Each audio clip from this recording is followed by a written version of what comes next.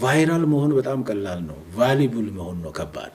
በህዝብ ተወካዮች ምክር ቤት ውስጥ የመንግስት ዋና ተጠሪ መሆን፣ መንግስትን መወከል፣ በአንድ በኩል ደግሞ ህዝብን መወከል ምን አይነት ስሜት ነው የሚሰጡት? ተጋጭቶ ቦታ ያውቃል ሁለቱ? በጣም አመሰግናለሁ። በፕሪንሲፕል ደረጃ አይጋጩም። መጀመሪያ ህዝብ ማኒፌስቶ ቀርቦ ፓርቲውን ተቀብሎ መንግስትን መመስረት ይችላላችሁ ብሎ ይሁንታ ሰጥቶ በህዝብ ይሁንታ የተመሰረተ መንግስት ስለሆነ በህዝብ ይሁንታ የተመሰረተ መንግስት ደግሞ ህዝብን ስለሆነ ሰርቭ የሚያደርገው ኢንዲስ ኬዝ አይጋጩ ማለት ነው። ህዝብንም መንግስትንም ሰርቭ ሲታረግ ግን ከዚህ አኳያ ምን ይሰማል ብትለኝ በጣም ትልቅ ኩራት ነው የሚሰማኝ። እንደ አንድ በዚህ ዘመን የዚህ ትውልድ አባል ሆኜ ይሄን እድል በማግኘት እንደ ትልቅ እድል ነው የምወስደው። ቢኮዝ ኢትዮጵያ በጣም ትልቅ ሀገር ናት። የህዝብ ተወካዮች ምክር ቤት ደግሞ በህገ መንግስቱ አንቀጽ 53 ላይ እንደተመላከተው በፌደራል ደረጃ ትልቁ የመጨረሻው ትልቁ የፖለቲካ ስልጣን አካል ነው። እዚህ ውስጥ ሆነ መንግስትን መወከል ህዝብን መወከል ትልቅ ኩራት ነው። ግን ጥንቃቄ የሚያስፈልጉና ተግዳሮቶች አሉ። ካነሳው ነጥብ አኳያ አይጋጭም። ምክንያቱም በህዝብ የተመረጠ መንግስትንና መንግስት ህዝብን ሰርቭ ማድረግ አይጋጭም፣ ግን ጥንቃቄ ይፈልጋል። የመንግስት ዋና ተጠሪ የሚባለው ሰው ወይም በእንግሊዝኛው ጋቨርንመንት ቺፍ ዊፕ ነው የሚባለው። አክቹዋሊ ይሄ ኦሪጂናሊ የፓርላሜንታሪ ስርዓት ከሚከተሉት ስፔሻሊ ይሄንን አደረጃጀት ከእንግሊዞቹ ነው ብዙ ሀገሮች የወሰዱት። ዊፕ የሚባለው ቃልም ከእንግሊዞቹ ነው የተወሰደው፣ ከዩኬ ነው። ተመሳሳይ በካናዳ፣ ተመሳሳይ በኢንዲያ፣ ተመሳሳይ በአውስትራሊያ ይሄ ይታያል ማለት ነው። ስለዚህ የመንግስት ዋና ተጠሪ የሚባለው ሰው በህዝብ ተወካዮች ምክር ቤት ውስጥ እኔ ማለት ነው አሁን 3 ዋና ዋና ስራዎችን ይሰራል። የመጀመሪያው መንግስት የሚያወጣቸው ፖሊሲዎች፣ ፕሮግራሞች፣ ህጎች፣ አዋጆች ለህዝብና ለሀገር ይበጃሉ የሚባሉ እነዚህ ነገሮች የሚጸድቁት በህዝብ ተወካዮች ምክር ቤት ነው። አንደኛው የመንግስት ዋና ተጠሪ ስራ የአባላቱ የምክር ቤት አባላት አጀንዳውን ቀድሞ እንዲያውቁ ማድረግ፣ በአጀንዳው ላይ ግንዛቤ እንዲኖር ማድረግ፣ በአጀንዳው ላይ ብቃት ውይይት እንዲያደርጉ ማድረግ፣ ዘን ሴሽን ሲኖር ሴሽን ነው የምንለው መደበኛውን ጉባኤ ድምፅ እንዲሰጥ ማድረግና እንዲያስጸድቁ ወደ ስራ እንዲገቡ ማስደረግ አንዱ የመንግስት ዋና ተጠሪ ስራ ነው በህዝብ ተወካዮች ምክር ቤት። ሁለተኛው ደግሞ የመንግስት ተጠሪ ዋና ስራ የሚባለው በእኛ ለምሳሌ ህገ መንግስት ቢትወስድ ሄድ ኦፍ ጋቨርንመንት ወይም ርዕሰ መንግስቱ ጠቅላይ ሚኒስትሩ ናቸው። የመንግስቱ መሪ ጠቅላይ ሚኒስትሩ ናቸው።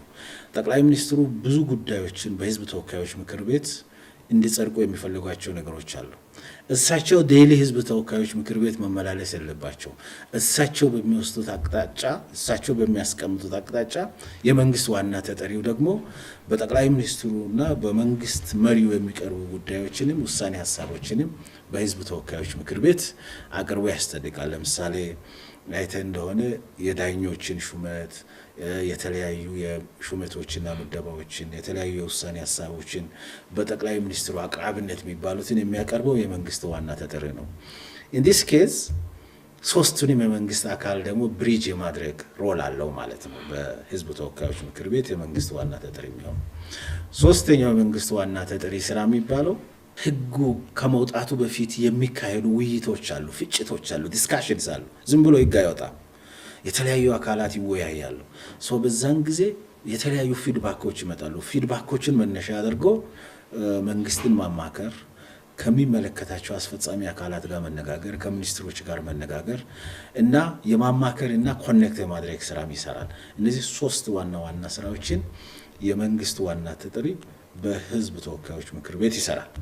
እንግዲህ ህዝብንም መንግስትንም ይወክላልና ምን ይሰማውታል? አይጋጭም ወይ ብለህ አንስተዋል። ሌላኛው ጥያቄ በፕሪንሲፕል ደረጃ ቅድም መነሻዬ ላይ እንዳነሳሁት በህዝብ ይሁንታ የተፈጠረ መንግስት ነው የመንግስት ተጠሪ የሚሆንለት።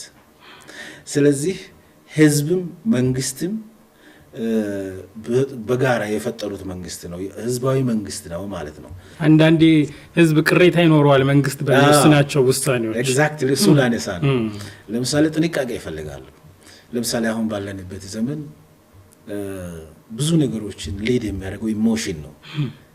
አሁን ቫይራል መሆን በጣም ቀላል ነው፣ ቫሊቡል መሆን ነው ከባድ። ስለዚህ ስትናገር የሆነ ስሜት ቀስቃሽ ነገር ተናግረህ ለጊዜው ጭብጨባ አገኛለሁ የሚል ሰው መሆን የለብህም።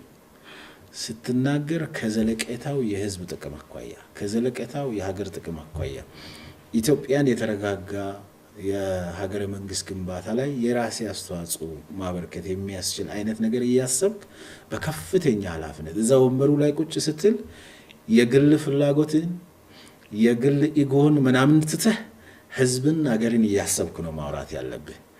ጥሩ ጥያቄ ግን አንስተሃል። በዚህ ውስጥ የህዝብ ተወካዮች ምክር ቤት አባላት የሚገጥማቸው አንድ ተግዳሮት አለ። ለምሳሌ የኛ ፓርላማ የህዝብ ተወካዮች ምክር ቤት 547 ወንበሮች አሉት። እነዚህ 547 ወንበሮች በየምርጫ ክልሉ ነው ያሉት። ያኔ የዛሬ 20 ምናምን ዓመታት ወደ ዛሬ 30 ዓመት እየሆነ ነው ይሄ ሲቀረጽ በአንድ ምርጫ ክልል ቢያንስ 100,000 ሰው የሚወክል አንድ ምርጫ ክልል ነው። ስለዚህ እዚህ ምክር ቤት የሚወጣው ያኔ በወጣው አሁን እንኳን የህዝብ ቁጥርም ስለጨመረ ጨምሯል። ያኔ በነበረው ዲዛይን አትሊስት 100,000 ሰው የሚወክል አንድ ሰው እዚህ ፓርላማ አባል ሆኖ ይገባል። ስለዚህ አንድ ሰው አሁን ከ100,000 ሰው በላይ ድምጽ አለ። አንዳንዶቹ አሁን 300,000 የደረሱ አሉ። በዛ መሰረት የምትመጣው ከሆነ አካባቢ ነው፣ ወይ ከሰሜን ጫፍ ነው፣ ወይ ከደቡብ ጫፍ ነው፣ ወይ ከምስራቅ ጫፍ ነው፣ ወይ ከምዕራብ ጫፍ ነው፣ ወይ ከመሃል ነው። ብቻ ከሆነ አካባቢ ነው የምትመጣው። በየምርጫ ክልሉ በ100,000 ህዝብ ወክለ ነው የምትመጣው። ከመጣ በኋላ ህገ መንግስቱ ደግሞ እንዲህ ይላል፣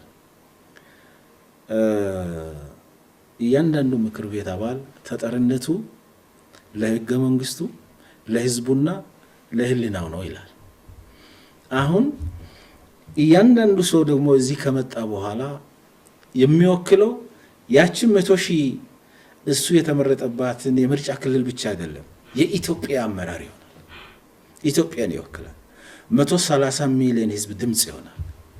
በዚህን ጊዜ አንዳንድ ጊዜ እያንዳንዱ ሰው ከመጣበት ምርጫ ክልል አኳያ ያለ ነገር ካላነሳ አንተ ያልከው አይነት ጥያቄ የኛ ተወካይ እኮ እዚህ እኛ ሰፈር ውሃ የለም እሱ አንድ ጊዜ አላነሳም ይላል።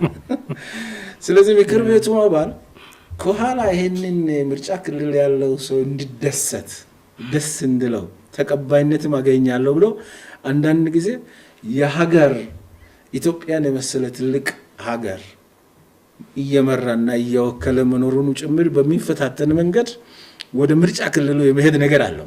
ግን ሚዛን ይፈልጋል። እኛ ሚዛን ነው የምናስጠብቀው። የምርጫ ክልሉና የወከለው ህዝብ አለ፣ ኢትዮጵያ የምትባል ሀገር አለች። በእነዚህ ሁለቱ ነገሮችን ሀገርንም እያሰበ የራሱንም ህዝብ ታሳቢ አድርጎ ኃላፊነቱን መወጣት አለበት ይላል። ይሄ እንግዲህ ብዙ ጊዜ በንግግር በውይይት ነገሮችን በሰከነ መንገድ እኒህ ብለን የምናያቸው ነገሮች ናቸው። በድምሩ ትልቅ ስራ ነው፣ ግን በከፍተኛ ኃላፊነት የሚመራና አንተ ለሀገርና ለህዝብ መክፈል ያለብህን ዋጋ እየከፈልክ የምትወጣው ኃላፊነት ነው ብዬ ማንሳት ይችላለሁ።